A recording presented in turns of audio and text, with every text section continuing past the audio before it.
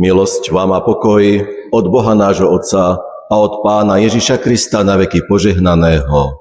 Amen. Milí spoluveriaci, vypočujte si slová z Písma svätého, ktoré nachádzame napísané v dvoch textoch, a to v Starej zmluve u proroka Ezechiela v 34. kapitole a v Evanjeliu podľa Jána v 10. kapitole.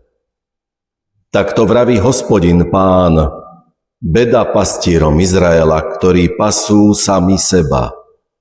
Či pastieri nemajú pásť stádo? Aj hľa, ja som proti pastierom. Lebo takto vraví Hospodin Pán: teraz som tu ja, pohľadám svoje ovce a postaram sa o ne. Na dobrej paše ich budem pásť. Ja sám budem pásť svoje stádo. Stratené vyhľadám, porozháňané zavrátim, poranené obviažem a choré posilním. Pán Ježiš hovorí: ja som dobrý pastier. Dobrý pastier život kladie za ovce. Ja som dobrý pastier, poznám svoje a mňa poznajú moje. Amen. Toľko je slov z Písma svätého.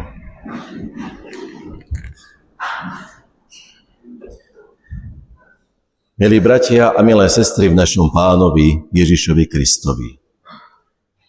Jedna z najhlbších skúseností človeka je sklamanie z tých, ktorí ho mali viesť. V prvom rade to môžu byť rodičia, autority, učitelia, politici, cirkevní vodcovia.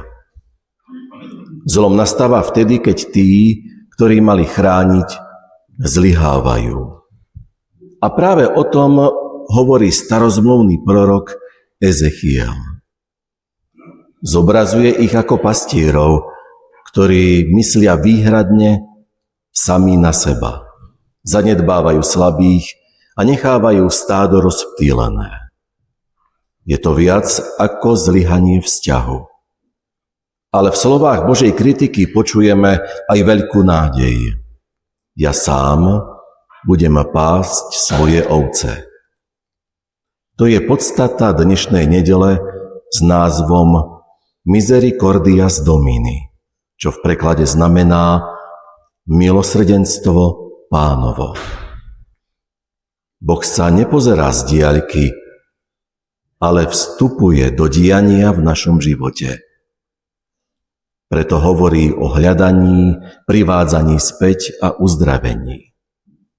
Na novo to počujeme vo zvesti Novej zmluvy. Ja som dobrý pastier. To je vyhlásenie, že to, čo Hospodin zasľúbil v Ezechielovi, sa deje v Božom synovi Ježišovi Kristovi. Najskôr sa však vráťme do Ezechielovej doby. Pôsobil ako prorok v čase babylonského zajatia pôvodných obyvateľov Izraela. Bolo to po páde Jeruzalema v roku 586 pred našim letopočtom. Krajina je zdevastovaná, elity sú v exíle, do popredia sa dostávajú záujmy cudzích mocností. Kto za to nesie zodpovednosť? Prorok ich nazýva všeobecne pastieri Izraela. Predovšetkým kritizuje politickú moc, ktorú mali v rukách králi Jojákím a následne Citkia.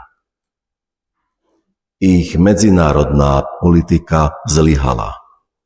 Ignorovali vtedajších poradcov, ktorí kritizovali odklon od náboženských a morálnych hodnôt.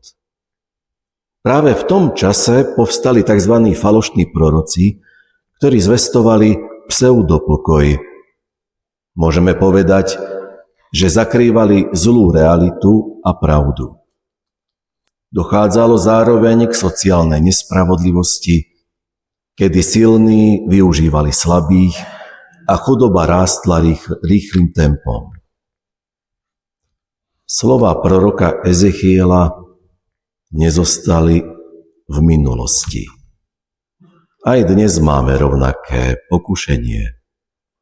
Existujú pastieri, politici, lídri, autority, ale aj kresťania, vedúci, predstavitelia, ktorí začnú viesť verejnú agendu hlavne pre seba. Keď sa rozhodnutia nerobia pre dobro slabých, ale predovšetkým pre udržanie moci. Keď sa veľa hovorí o hodnotách, ale pravda zostáva ignorovaná. Vtedy sa systém tvári stabilne, ale človek sa v ňom cíti bytostne, hodnotovo a právne opustený. Písmo sväté to vníma nielen ako politický, ale aj ako duchovný problém. Počuli sme z textu: ja som proti takýmto pastierom. Nie preto, že by Boh nechcel vedenie, ale preto, že každé vedenie bez služby sa mení na zneužitie. Preto je zvesť z Evanjelia Jána o dobrom pastierovi radikálna. Je tu pastier, ktorý nedáva zákony zvonku, ale dáva seba za druhých. Teda kríza sveta nie je nedostatok moci, ale nedostatok pastierov, ktorí by nežili, ako to hovorí Ezechiel, podľa seba a pre seba. Nedostatok zodpovednosti, ktorá popri pravde koná milosrdenstvo. To snáď zažívame v každej dobe. Ezechiel kritizuje zneužitie moci vo vlastný osobný prospech a luxus. Čítame jeho text. Vládli tvrdosťou a násilím. To už nie je len zlyhanie systému, ale vedomý útlak. Zmizol priestor pre starostlivosť obyčajných a núdznych. V dobe Ezechiela kráľ reprezentoval Boha. Následne, keď zlyhal kráľ, zlyhal obraz Hospodina v očiach ľudí. Nuž každá moc má tendenciu slúžiť sebe. Upevňuje sa a zabúda. Hospodin v dnešnom texte kritizuje pastierov, ale nehovorí, že už nebudú žiadni. Dokonca v Novej zmluve máme v liste Efeským, že Boh ustanovil jedných za evanjelistov, iných za pastierov a učiteľov. Teda služba vedenia nezaniká. Podľa dnešného textu sú však všetci ostatní pastieri podriadení. Teda nikto z ľudí nie je zdrojom života či záchrany a každý má byť služobník. V pozadí ostáva otázka aj pre nás. Pre koho žijeme? Len pre seba? Alebo aj pre tú službu milosrdenstva ostatným? V tom nás Boh odhaľuje napriek tomu, či je naša moc veľká alebo malá, osobná, či sme vodcovia alebo rodičia, pracovníci alebo obyčajní ľudia. Každý nesieme zodpovednosť za naše vedenie. Ježiš Kristus ukazuje, také má byť. Ruší ilúziu, že sme všemocnými pánmi sveta a blížnych. Otázka Ezechiela znie neprimerane jednoducho. Žiješ pre tých, ktorí sú ti zverení, alebo si z nich robíš svoj zdroj vlastného pohodlia, istoty či uznania. V Kristovi, dobrom pastierovi, sa moc mení na službu milosrdenstva. A to sa týka každého, komu bol zverený druhý človek. Keď Pán Ježiš hovorí, ja som dobrý pastier, reaguje aj na historické udalosti a slová Ezechiela. V podstate hovorí, že nie je ako tí, ktorí zlyhali. Veď dôverne pozná dôsledky zneužitia i korupcie moci. Ježiš dáva seba za ovce. Neberie, dáva. V tom je podstata prepojenia nedele dobrého pastiera s jej pôvodným latinským názvom Misericordia Domini. Teda základ je v milosrdenstve, v milosrdnom Pánovi. Milosrdenstvo nie je pocit, ale čin. Boh ide za strateným, hľadá rozptýlené a sceľuje, skláňa sa k slabému. Aj my máme rôznorodé skúsenosti so sklamaniami, s opustenosťou či stratenosťou. Komu teda veriť? Kto nás povedie? Odpoveď Evanília nie je vo význame nájdi lepšieho človeka. Boh sám sa stal pastierom v tomto svete, ktorý človek ničí zneužívaním osobnej či verejnej moci. Boh prichádza k nám do nášho zdevastovaného sveta. Hľadá nás a nachádza. Sme tí, ktorí sme hľadaní. A keď nás nájde, následne nás vedie po úzkej ceste viery. Nesie cez ťažkosti dňa a obnovuje po pádoch i zlyhaniach. A potom nás poveruje nesením ovocia viery, čo má zásadný vplyv na naše okolie, ale aj cirkev. Ezechiel ukazuje zlyhanie človeka. Kristus ukazuje vernosť Boha. Obaja odhaľujú nespravodlivosť a Ježiš ide na kríž, ktorý je v podstate spolitizovaný. A čo my? Uspokojiť sa s tým, že všetci sú rovnakí a nič nezmôžeme? Ezechiel nám otvára oči a učí nás pomenovať zlo. Pán Ježiš nás prevádza, aby sme nežili zo strachu, nenávisti a pomsty. Oslobodzuje nás, teda môžeme konať spravodlivo. Boh, ktorý súdi i zachraňuje, skúma i vidí naše konanie. Ak nasmerujeme náš život úzkou cestou, nezanikne ani pravda a ani zlo nebude mať posledné slovo. Samotný Ježiš nezosadil okupačnú moc Rimanov, ale odhalil ich moc ako dočasnú, neabsolútnu a koruptujúcu ostatných. Aj my sa neraz nachádzame v dôsledkoch zlého vedenia, ale nemáme byť definovaní zlým systémom. Keď Boh hovorí, ja budem pásť svoje ovce, neznamená to, že zlí pastieri zmiznú zo sveta.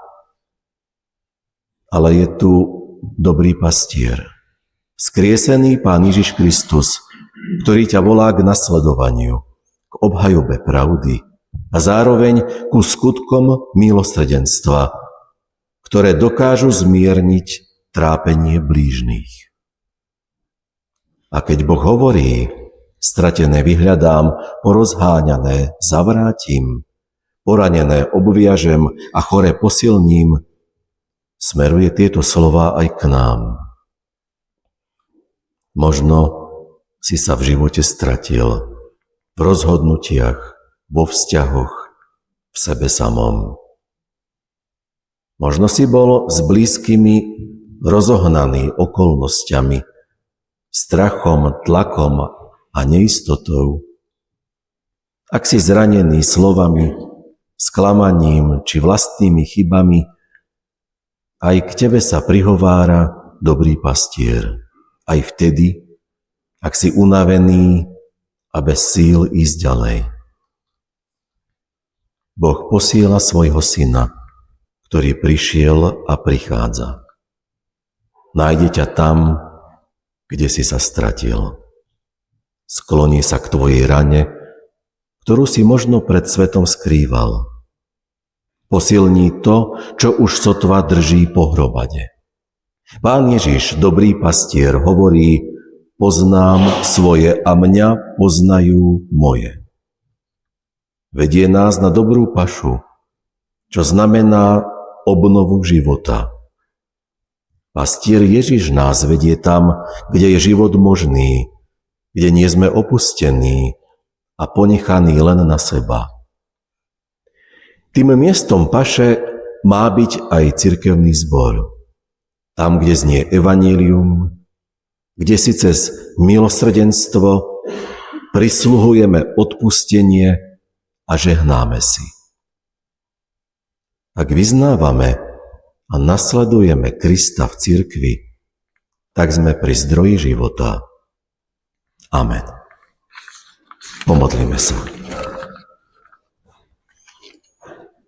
Pane Ježiši Kriste, dobrý pastier, ďakujeme Ti, že nás nehľadáš len slovami, ale prichádzaš za nami do našej reality, do rozptýlenia, neistoty, rôznych zranení. Neraz si môžeme všimnúť, ako často blúdime, hľadáme život tam, kde ho niet a unavujeme sa tým, čo nás nenasycuje. Prosíme ťa, hľadaj nás znova, volaj nás po mene a veď nás k sebe.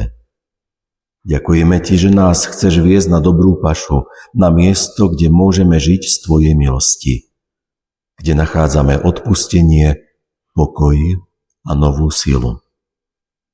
Daj, aby sme neboli hluchí k Tvojmu hlasu, ale aby sme Ti dôverovali a nasledovali ťa.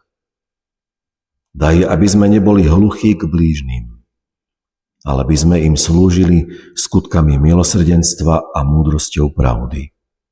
Áno, daj múdrosť všetkým, ktorí nesú zodpovednosť za druhých, aby nepásli seba, ale slúžili podľa Tvojho príkladu. A keď prechádzame údoliami, kde nevidíme cestu, pripomeň nám, že Ty nás držíš, že nás nesieš, že patríme Tebe.